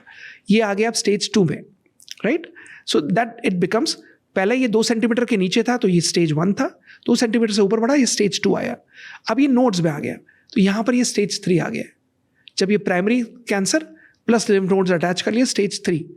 अब जब ये नोड्स में है, प्राइमरी सोर्स में है, ब्रेस्ट में है, बट अब इसके बाद ये ऑर्गन्स पे चला गया, दूसरे ऑर्गन्स में, लिवर में, लंग्स में, बोन्स में, ब्रेन में, तो ये दूसरे ऑर्गन्स में चला गया। अपने ही पीपल का पेड़ यहाँ बोया, जड़ें आगे पड़ोसी के घर तक चली गई, तो दैट इज वेयर, जब पड़ोसी के घर गई या अलग ऑर्गन्स में गई, that is where it is stage 4। And इस तरीके से ये स्टेजेस ग्रो करती है। अगर आप उसको शुरू में, कहते हैं ना निप इन द बड, अगर आपने वहीं पर ही उसको खत्म कर दिया, वहीं पर ही लोकलाइज पकड़ लिया, आप जल्दी काबू कर सकते हो। तो ऐसे क्या कुछ साइंस होते हैं जहाँ पे हम अर्ली पकड़ लें? हाँ, कोई भी चीज़ अगर वही जैसे मैंने बताया कि अगर कॉन्स्टेंटली इरिटेट कर रही है, जैसे किसी को डायरिया हो रहा है फिर कॉन्स्टिपेशन हो जा रहा है, फिर डायरिया हो रहा है फिर कॉन्स्टिपेशन हो रहा है, this is warning sign for cancer. हर कैंसर ना एक वार्निंग साइन ज़रूर देता है, हम पकड़ नहीं पाते।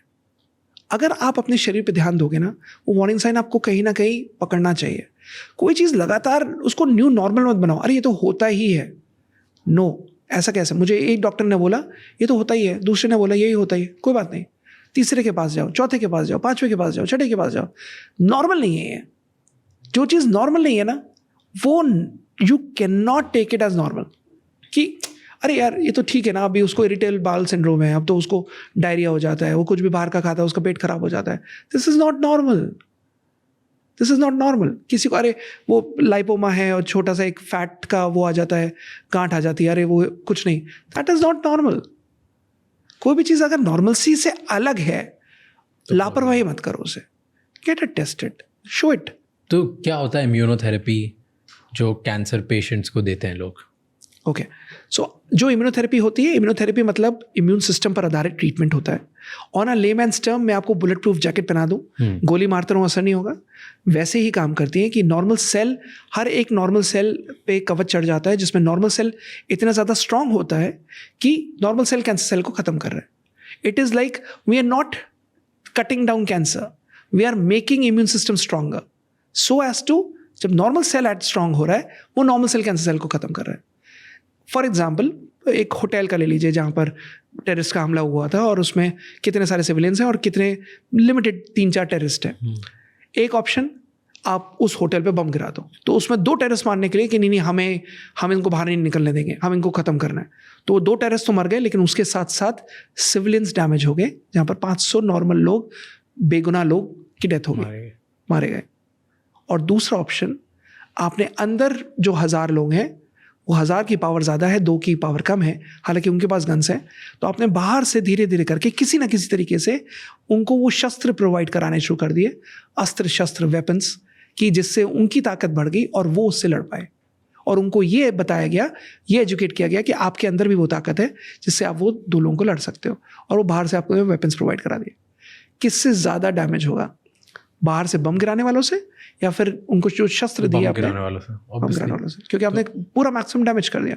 ये कीमो है, बम गिराना इस कीमो, जिसमें आपने कैंसर सेल को मारने के लिए इतनी स्ट्रॉन्ग केमिकल्स दिए जिससे वो कैंसर सेल मर जाए, बट उसके साथ साथ नॉर्मल सेल मर गए।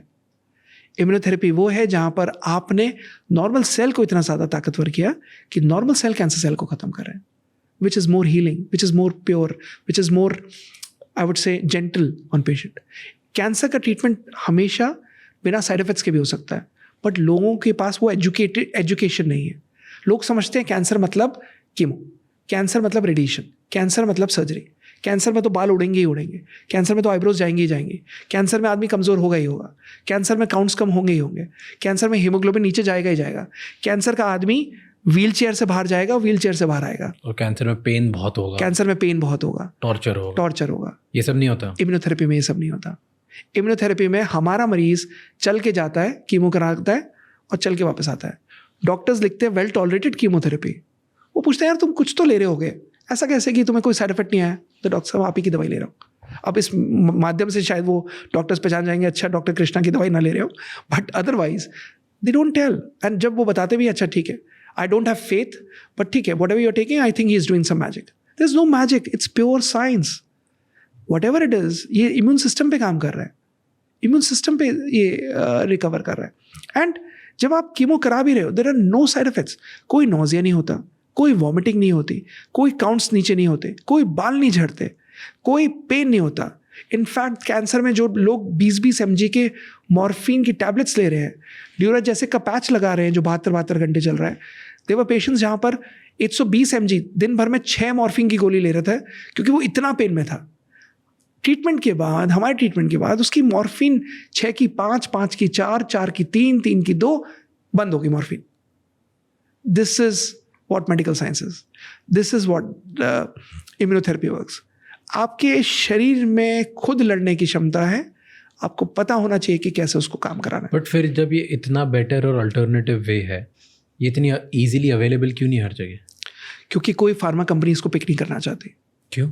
क्योंकि फार्मा कंपनीज कीमो पे चलती है, फार्मा कंपनीज जितनी केमिकल बेस पे चलती है, फार्मा कंपनीज कभी भी किसी ऑल्टरनेटिव ट्रीटमेंट को हमेशा डिसरिगार्ड कर देती है। We never say that we cure cancer, we always say कि अच्छा ठीक है, we do healing, we can heal with you, आप कीमो कराओ, that's fine. Your M and my M would always remain common. मुझे मरीज ठीक चाहिए, चाहे किसी से हो, आप क्रेडिट कीमो को देते रहो, ट्रीटमेंट कीमो से कराते रहो, हीलिंग कैंसर हीलर सेंटर से चल सकती है। So at least your body is prepared to tolerate chemo, your body is prepared to tolerate radiation, your body is prepared to get the surgery done, and these medicines have no side effects. आज तक कितने patients होंगे जो आपने cure करे? सैकड़ों। There have been many. Across stages. Across the ages, yes. Across stages. Across stages. So pitiful condition is that हमारे पास majorly stage 4 के बहुत आते हैं, क्योंकि वो सब कुछ जब टूट चुके होते हैं ना तब हमारे पास आते हैं। हमारे पास अगर अर्ली स्टेजेस आने शुरू हो जाए ना तो वो हमारे लिए सबसे बड़ी जीत होगी। बट प्रॉब्लम ये होती है कि वो केवल अब ऐसा होता है, बट शुरू में ऐसा होता था कि केवल स्टेज 4 आते थे। अब ऐसा होता है कि जिनको डायग्नोस होता है ना वो सीधे हमारे पास आ जाता है। Thankfully to our YouTube channel, thankfully to our YouTube is our educational channel, yeah. जहाँ पर हम लोग एजुकेट करते हैं थ्रू आवर YouTube चैनल कि कैंसर मतलब डेथ नहीं है, और उसके थ्रू हम एजुकेट करते हैं। तो आज टचवुड हमें किसी को कैंसर डायग्नोस होता है तो वो हमें सीधे कैंसर हीलर सेंटर के पास आता है। बट अदरवाइज कई लोग हैं जो बड़े बड़े अस्पतालों के पास जाते हैं एंड वो सोचते हैं कि मतलब कैंसर से अगर रिकवर होना है तो वहाँ चले जाओ। एंड प्रॉब्लम ये होती है कि वो सब जब करा चुके होते हैं और वो सब करने के बाद जब उन्हें रिजेक्ट कर दिया जाता है, बोल दिया जाता है कि अब घर ले जाओ, सेवा करो, एंड हो गया, कुछ नहीं हो सकता। सेवा करने लायक नहीं छोड़ते, वो काजू किशमिश नहीं खा रहा होता, सेवा करने लायक भी नहीं होता, मतलब that person gets into death bed, तब वो कहते हैं हम घर ले जाओ। अब वो मरता क्या ना करता हमारे पास आता है, एंड टचवुड उस हालत में भी रिजल्ट्स आते हैं। You can't cure that every cancer patient, but at least आप क्वालिटी ऑफ लाइफ तो दे सकते हो। एंड यही रीज़न है हमारे सक्सेस रेट्स बहुत हाई हैं। Why? Because we get into that complete healing, meds R it's, हम पूरी लाइफ स्टाइल चेंज कर देते हैं। जो अब तक आप कराते आ रहे हो, जो भी आपने हॉस्पिटल में कराया वो भूल जाओ, सब चेंज। मेरे आए हो, मेरा मग्गा ये जो कप है ये खाली करके आओ, तब मैं भरूंगा। अगर भरे हुए आए हो और बायस्ड होकर आए हो कि मुझे डॉक्टर्स ने ये बोला है, मुझे ये बोला है, ये बोला है, मैं कुछ नहीं कर सकता, मेरे पास मत आइए। क्या परसेंटेज होगा आपका ट्रीटमेंट का? Success rates are very high, as high as 60 to 80%. As high as 60 to 80%. That's pretty high. That's pretty high. Certain cancers, intestinal cancers, 20%. So I was pancreatic cancer, 60%. So for this podcast, मैं actually research कर रहा था just podcast से पहले। Tell me ये सही है कि नहीं है। मैं कंपेयर कर रहा था इम्यूनोथेरेपी सक्सेस रेट और कीमोथेरेपी के सक्सेस रेट्स को, एंड अक्रॉस डिफरेंट कैंसर्स मैं कंपेयर करने की कोशिश कर रहा था। अब मैंने सिर्फ ये इन्फॉर्मेशन जितनी मैं रिसर्च कर पाया उससे ढूंढी। आप बताओ मुझे सही है कि नहीं है। तो इनके एक्चुअली रिजल्ट्स काफ़ी अच्छे थे। इनफैक्ट ये था कि जो लंग कैंसर है, skin cancer and kidney cancer है, इसके चांसेस इम्यूनोथेरेपी के सक्सेस रेट के were much better than other type of therapies. Yes, जैसे लंग कैंसर में इसमें चांसेस थे 30 to 50% सक्सेस रेट थे, स्किन कैंसर में 50 to 80% थे, किडनी कैंसर में 40 to 60% थे। ये बहुत हाई नोट पर है compare to other conventional mode of treatment, mode of therapies. And even liver cancer में, liver metastasis में अब कोई भी जो ड्रग होती है वो हेपाटोटॉक्सिक होती है। हेपाटो मतलब लिवर, टॉक्सिक इज टॉक्सिसिटी। तो जब आप कीमो कराते हो तो उसमें जब लिवर में ऑलरेडी कैंसर है, लिवर में मेटास्टासिस है, तो कीमो कराने के बाद आपने जब ऑलरेडी लिवर कंपनसेटेड है, आपने कीमो किया तो वो लिवर बैठ जाएगा, liver would fail, right? And that is where immunotherapy gets into the picture, जहाँ पर आपका वो लिवर के लिए जेंटल रहेगा। जहाँ पर वो लिवर को प्रोटेक्ट करेगा। प्राइस क्या होती है इसकी? प्राइस वेरी करती है case to case, price vary करती है from patient to patient. Why? Because stages are different, case is different, cancer is different, type is different, diagnosis is different. But कुछ एक मोटा मोटा ब्रैकेट होता होगा कुछ? हाँ, so these are monthly medicines. So monthly medicines, one bracket would be, I would say, around 40 to 45,000 a month, which is way less than any chemotherapy or radiation or surgery. Second would be, I would say, around ₹1,00,000 a month. And then aggressive cancers would be probably around 2.5 to 3 lakh rupees a month. So it varies. Okay. It depends from what diagnosis is this and depends upon what stage it is. और ये insurance company cover करती है? Sad but true, नहीं करती. Why? Because again, insurance companies are all backed by कि either it has to be chemotherapy, surgery or radiation. Other than that, any other therapy they don't cover. They are into that zone जहाँ पर उन्होंने blinders लगाए हुए हैं कि यही सही है, उसके अलावा बाकी सब गलत है। तो फिर कैसे लोग अफोर्ड करेंगे? They do it from their own pockets. I've been requesting it so many times where I request to the government of India, and through this medium also I want to request कि alternative medicines should also be allowed to cover under insurances, ताकि at least जो लोग afford नहीं कर सकते वो at least insurance के through ले लें। पर अभी तक नहीं हुआ है। पर अगर इसमें alternative medicine में इतने results हैं तो इंश्योरेंस कंपनी क्यों नहीं इसको एक्सेप्ट करती है अभी? I think there is no big multinational company or no big MNCs who have actually come up and taken this case towards, getting those insurance companies done. So I would say there are 10% of cases still जो शायद corporate insurance में अपना पास करा लेते हैं और उनको हो जाता है, उनका अप्रूव हो जाता है, and they get that. So these medicines have even been paid by Prime Minister Relief Fund. These medicines have even been paid by CM Relief Fund. But insurance companies ने अभी तक नहीं किया. That's a sad part. That's a sad part. क्योंकि ये बहुत expensive है यार। एक अगर 50,000 रुपये महीने से लेके 2 लाख रुपये महीने की अगर कॉस्ट होगी, एंड 6 to 8 months अगर किसी को प्रॉपरली चलाना है उसके बाद बंद कर दोगे, तो it's a lot of cost. It's a lot of cost and this could have been reimbursed by the insurance, but वो नहीं करती। That's a pity situation. That's a pity situation. और ये अगर इंश्योरेंस कंपनीज इसको करना शुरू कर दे, इसको रिम्बर्स करना शुरू कर दे, I think it would save a lot of money, it would save a lot of burden on patients where जो वो अपनी जेब से, अपने हार्ड एंड मनी से वो पे कर रहे हैं, and they are finding improvement. That's the reason they continue. So बड़ा इंटरेस्टिंग डेटा है जहाँ पर any patient who starts the treatment at our centres, वो लोग पहले महीने, दूसरे महीने, तीसरे महीने, चौथे महीने, पाँचवें महीने, they don't leave the treatment, they don't drop the treatment. हमारा ड्रॉप रेट 0 है। कैन यू इमेजिन राज? अगर उन्होंने हमारे यहाँ स्टार्ट किया, खुदा ना खास्ता अगर उनकी लाइफ ही नहीं बची, मतलब अगर टर्मिनल स्टेट पे आए हैं जहाँ पर दे आर सेइंग कि डॉक्टर साहब एटलीस्ट शायद 1 दिन की लाइफ बताइए, 24 घंटे का मेहमान बताया, and that patient survive for 1 month, that's a different case. But अगर किसी ने हमारा ट्रीटमेंट स्टार्ट किया है, सो वो ड्रॉप नहीं होता ट्रीटमेंट में, they continue with the treatment. And this is the only center, I say it with pride, this is the only center जहाँ पर we have a concept of a follow-up form, and every follow-up gets recorded. और जहाँ पर first point ये है, did you notice, क्या आपने इलाज शुरू करने के बाद कुछ इंप्रूवमेंट नोटिस किया है, हाँ या ना?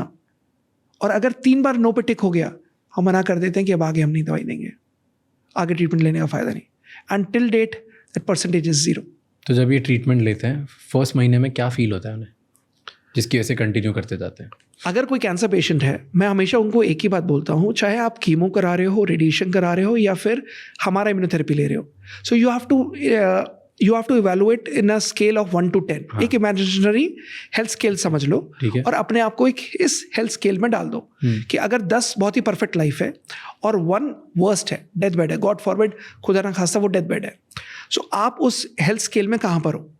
अगर सपोज आप बहुत ही अच्छी कंडीशन हो जहाँ पे अभी डायग्नोज हुआ, you are on a scale of 8 और आपने ट्रीटमेंट स्टार्ट किया, कीमो कराने के बाद आप 8 से 10 पे जाने चाहिए, आप 8 से 5 पे नहीं आने चाहिए स्केल पे। इम्यूनोथेरेपी कराने के बाद आप 8 से 10 पे जाने चाहिए, आप 5 पे नहीं आने चाहिए, जो कि नहीं आते। आप 8 से इंप्रूव ही करोगे। I will take you to the scale of 10। Our treatment would take you to the scale of 10 by the grace of God. But then you have to evaluate like this. Even if you are getting chemo done और chemo के साथ साथ immunotherapy ले रहे हो हमारी, so we'll ensure that at least अगर आप 5 पे हो on a scale of 1 to 10, आप 5 पे हो, मॉर्फिन चल रही है, क्वालिटी ऑफ लाइफ खराब है, भूख खत्म है, एंड आप 5 पे हो और आप 5 से 4 पे नहीं जाने चाहिए, you should not be bedridden, you should not be admitted to hospital. आप 5 से 6, 7, 8, 9, 10 and gate into that complete mode. नहीं आया कोई बात नहीं, क्योर नहीं हुए कोई बात नहीं, क्वालिटी ऑफ लाइफ तो रहेगी, लंबा तो जियोगे, लॉन्जिविटी तो आएगी. That is important in cancer. And अगर कैंसर एक बार चले जाता है तो फिर वापस आ जाता है? यस, डिपेंड्स अपॉन कि किससे ट्रीट हुआ है. अगर आपने उसको जड़ से ट्रीट नहीं किया, कैंसर हमेशा वापस आता है. अगर ब्रेन ट्यूमर का एक एग्जांपल है, ब्रेन ट्यूमर्स में जब आप इसको सर्जरी कराते हो, सर्जरी करने के बाद आपने उसको ऑपरेट कर दिया, ऑपरेट करने के बाद आपने उसकी रूट्स छोड़ दी, it tends to grow back again. It tends to, वो बार बार देखा ये गया है कि आपने एक सर्जरी कराई, फिर उनको दूसरी सर्जरी कराने की जरूरत पड़ी, फिर तीसरी. वाई? बिकॉज आपने उसकी जड़ें खत्म नहीं करी. And you have to heal the disease from its roots. आपको सो जड़ से खत्म करना ही है, तभी आप उसको रिकवर. खत्म हो गई तो उसके बाद आ सकती है? नहीं, तब नहीं आती. By the grace of God. So what is cure? Cure is a complete and permanent restoration of health.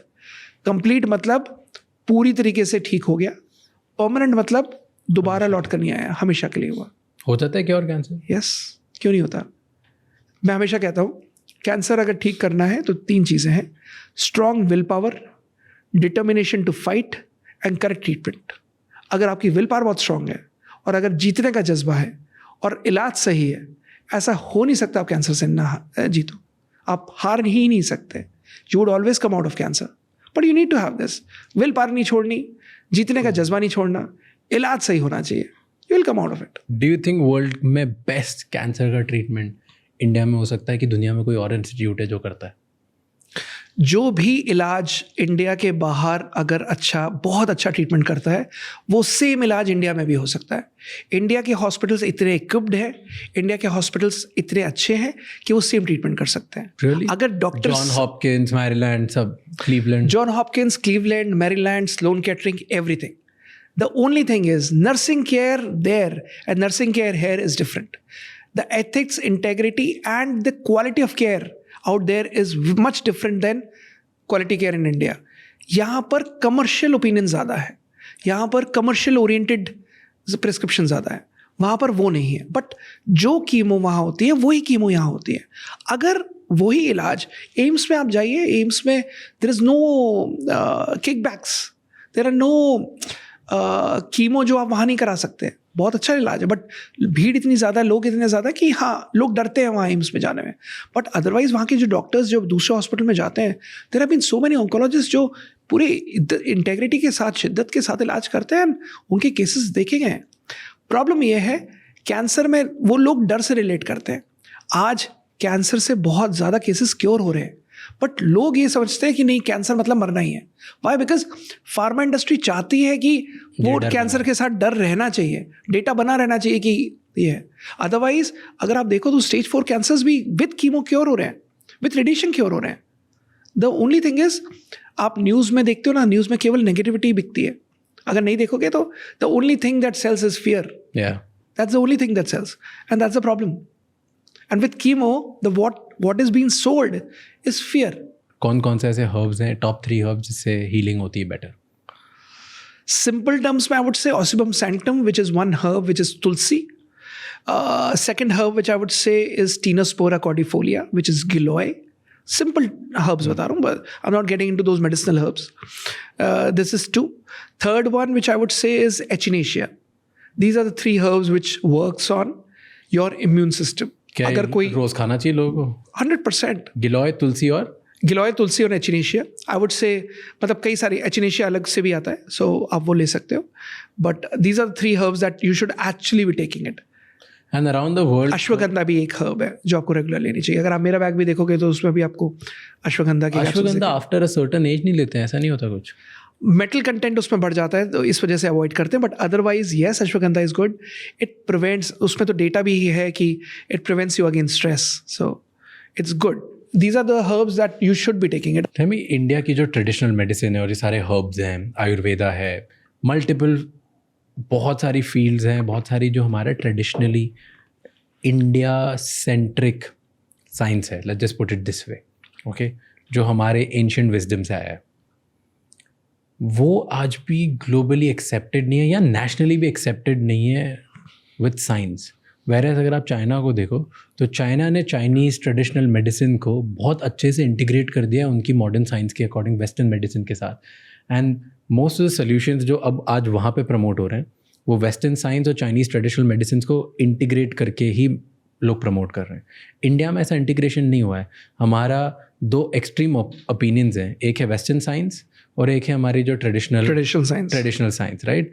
इन दोनों को लोग साथ में नहीं लाते हैं। ऐसा क्यों? इंटीग्रेट क्यों नहीं कर रहे हैं? क्योंकि बहुत सारी चीज़ें हैं जो आयुर्वेदा ही ठीक कर सकता है या बेटर ठीक कर सकता है। बहुत सारी चीज़ें हैं जो हर्ब से आप एक्चुअली बेटर कर सकते हो, एंड बहुत सारी चीज़ें जो वेस्टर्न साइंस ठीक कर सकता है। तो why not integrate it all?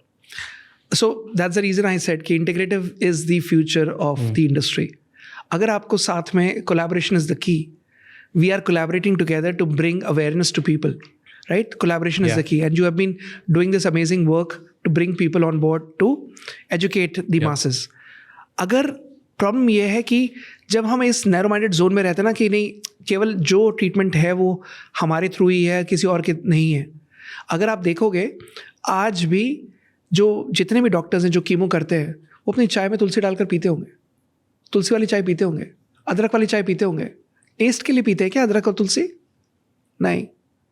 It is somewhere down the line it is also helping them no कि वो इसी बहाने एटलीस्ट वो जो जिंजर से एक हर्ब आती है विच इज़ जिंजीबर ऑफिसिनालिस, वो आप ले रहे हो।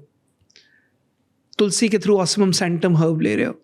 So these are the herbs which are indirectly going inside, but आप उसको डिनाइल मोड पे रहते हो क्योंकि हमें तो वी आर एजुकेटेड पीपल, हमें हमारे ही है।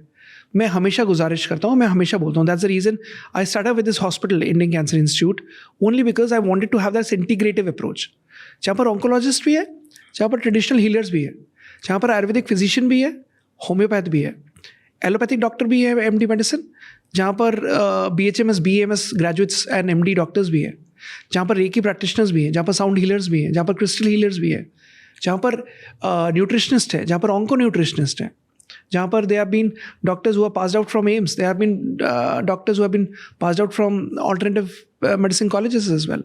साथ में एक जोन के अंदर मैं हमेशा कहता हूँ कि जो चाइना में हुआ अगर ये चीज़ इंडिया में हो गई, ऐसा हो नहीं सकता कि इंडिया से कोई बीमारी ठीक ना हो। But that's the way forward and that's what we all should work towards. All of us should collaborate and do something about it. Yes. मैं बहुत heavy believer हूँ, strong believer of medical science, modern science, and I'm equally strong believer of Indian traditional science. Yes. क्योंकि मैंने देखा है कि ऐसी चीज़ें जो मुझे कभी कभार लगता है कि मैजिक है, like this is unbelievable. And जब मैं पढ़ता हूँ उसके बारे में और जाके डीप में रिसर्च करने की कोशिश करता हूँ तो पता चलता है 2000 साल से हो रहा है। And I was like what, ये साइंस में आज तक इसका कोई जस्टिफिकेशन नहीं और 2000 साल से हो रहा है इधर और उसके ऊपर कुछ ज़्यादा एविडेंस बेस्ड ही नहीं है।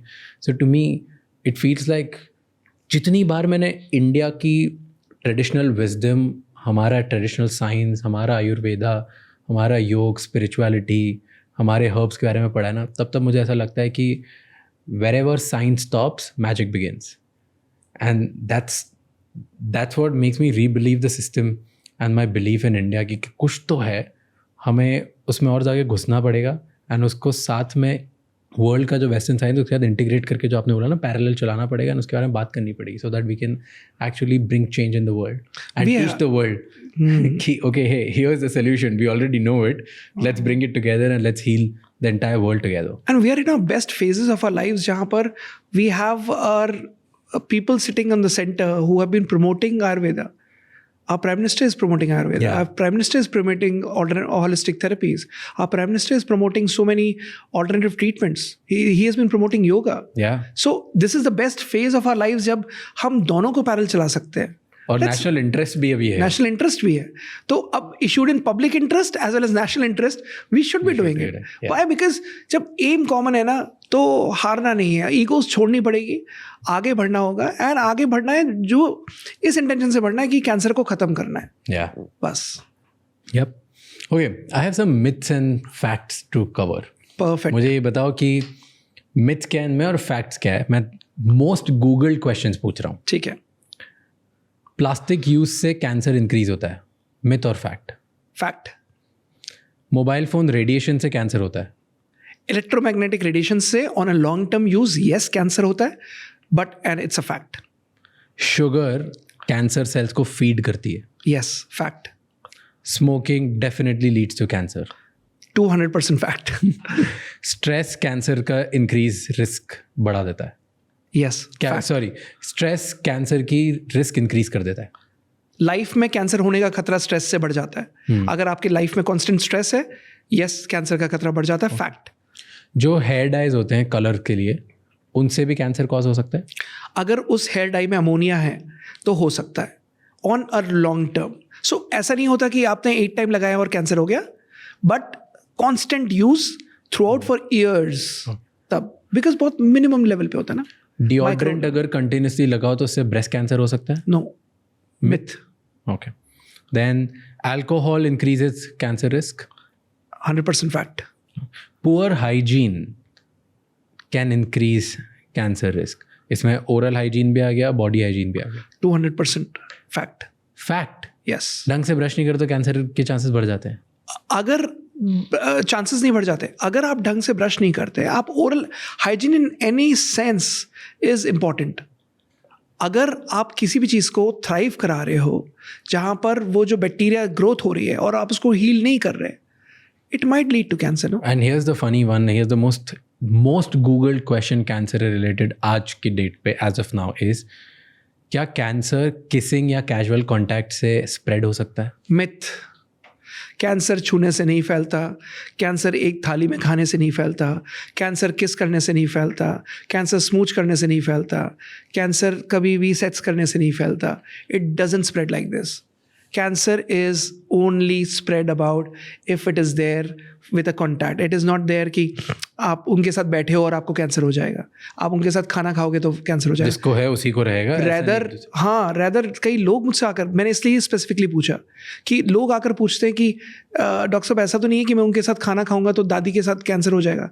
लोग there is a very interesting case. So there is this lady, वो बहू थी और उसने अपनी सास के पास अपने बच्चे को खिलाना बंद करा दिया. वाई? बिकॉज द सास वॉज डायग्नोज विद कैंसर.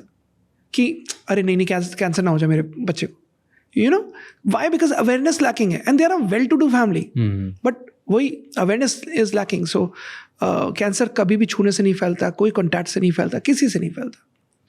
कुछ भी नहीं हो सकता. नहीं. It's a myth. किसी अगर ग्रैंड पेरेंट को कैंसर हो और वो अपने पोते को अपने हाथ से खाना वाना खिलाते हैं तो कुछ हो सकता है? कभी नहीं हो सकता, उससे कैंसर नहीं हो सकता. लोग रोक देते हैं. I've seen that and that's very sad. It's sad, it's dangerous.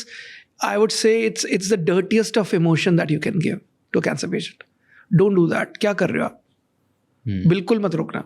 Rather वो दादी चाहती है कि वो पोते को खाना खिलाए और उसके पोते के प्यार से वो जो that love emotion में जो बॉडी के सेल ग्रो करते हैं ना, that thriving of that cell in that emotion of love is different. Healing 200% better होगी, आपका ट्रीटमेंट ज़्यादा अच्छा काम करेगा. उस पेशेंट को प्यार की ज़रूरत है अच्छे ट्रीटमेंट के साथ. Support system is that love that you need to give. Okay, here's the question of the day. The last question is, अगर आपके पास अपॉर्चुनिटी हो कि आप पूरे इंडिया में हर शहर में एक बिलबोर्ड लगाओ, ओके, देन उस बिलबोर्ड पे आप क्या बोलना चाहोगे? That's very interesting question. मैं उसमें ये लिखवाना चाहूँगा कि your body has the power to heal cancer. केवल आपको वो अनलॉक करना आना चाहिए. Your immune system can fight cancer. आपको वो चाबी ताला खोलने की आनी चाहिए. मेरी बॉडी खुद एक्चुअली फाइट कर लेगी कैंसर से. यस, खुद ही हील कर लेगी. खुद हील कर लेगी. वो मैंने बताया ना, बाहर से बस शस्त्र देने की ज़रूरत है. जब वो टेररिस्ट ने इन्फिल्ट्रेट किया, जब टेररिस्ट ने माइग्रेट किया, आपके उस पर अटैक किया, आप अंदर ही जब जो 1000 नॉर्मल लोग हैं उस कमरे के अंदर, उनको बस वो शस्त्र मुहैया कराने की ज़रूरत है. उनको बस वो सही आर्म्स एंड एम्युनिशन की ज़रूरत है. अगर वो प्रोवाइड हो गया, your normal cells are good enough to fight with cancer cells. That's important. Perfect. Thank you so much sir. Thank you so much for spending such good time. Thank you. मुझे काफ़ी मज़ा आया आपसे बात करके ना मुझे काफ़ी मज़ा भी आया. And at the same time मुझे बहुत सारी चीज़ें नई सीखने को मिली. Thank you. तो I like that and I like the way कि आपके जो ओपिनियंस है आप बोल हाँ ये ऐसा है, ये ऐसा ही रहेगा. एंड आप किसी चीज़ के अगेंस्ट नहीं हो जो गलत नहीं है. यू रिस्पेक्ट अदर प्रोफेशंस, आप रिस्पेक्ट करते हो other line of treatments. And at the same time जो गलत है वो गलत है कि ये तो मैं मानूंगा ही नहीं. So I like that Thank you. stance that you're very clear. So thank you so much for Thank you. educating me and my audience. I hope कि आपका मिशन कंटिन्यू रहे Thank and you. आप बहुत लोगों तक पहुँचो. Thank you, Thank you Raj. so much for Thank you. doing And I must compliment you. You are doing an amazing work. Thank you for having me over. आपने आज मुझे यहाँ बुलाया through this medium. I want to I got this chance to educate. मुझे सबको educate करने का मौका मिला है, वो अवेयरनेस क्रिएट करने का मौका मिला. So thank you so much and really grateful to you. Thank you so much. Grateful that you're here. How are you? I'm good. How are you? Good to see you, sir. Please. I saw your post. How was Kumbh? How was Kumbh? Pretty good. Nice it was. Good. So this is once in a lifetime opportunity, तो ये तो करनी है. I mean, it all depends on what you believe. मैं excited हो गया था because मुझे experience करना था. I got to know the whole history of it, so I thought why not? Let's. Why not the hoodie today? ऐसे it's either black t-shirt or hoodie. मतलब जो basic दिखता रहता है वो. Very nice. Thank you so much ये episode and तक देखने के लिए. अब आपको 3 चीज़ें करनी है. नंबर 1, इस चैनल को सब्सक्राइब कर लीजिए, क्योंकि जितना आप सब्सक्राइब करेंगे उतने ही बेहतर और वैल्यूएबल गेस्ट हम ला पाएंगे आपके लिए. नंबर 2, मुझे कमेंट्स में बताओ कि ऐसी कौन सी चीज़ें हैं जो हम रिपीट करें अगले पॉडकास्ट में, एंड ऐसी कौन सी चीज़ें हैं जो आपको सही नहीं लगी ताकि हम अगली बार उसे रिपीट ना करें, एंड ऐसे कौन कौन से गेस्ट हैं जो आप देखना चाहते हो हमारे पॉडकास्ट पे. एंड नंबर 3, इस एपिसोड को किसी एक इंसान के साथ ज़रूर शेयर करना, क्योंकि एक कॉन्वर्जेसन किसी की पूरी लाइफ चेंज कर सकती है एंड उन्हें कुछ ऐसा नया सिखा सकती है जिससे उनकी लाइफ में बहुत इम्प्रूवमेंट आएगा. I will see you next time. Until then keep figuring out.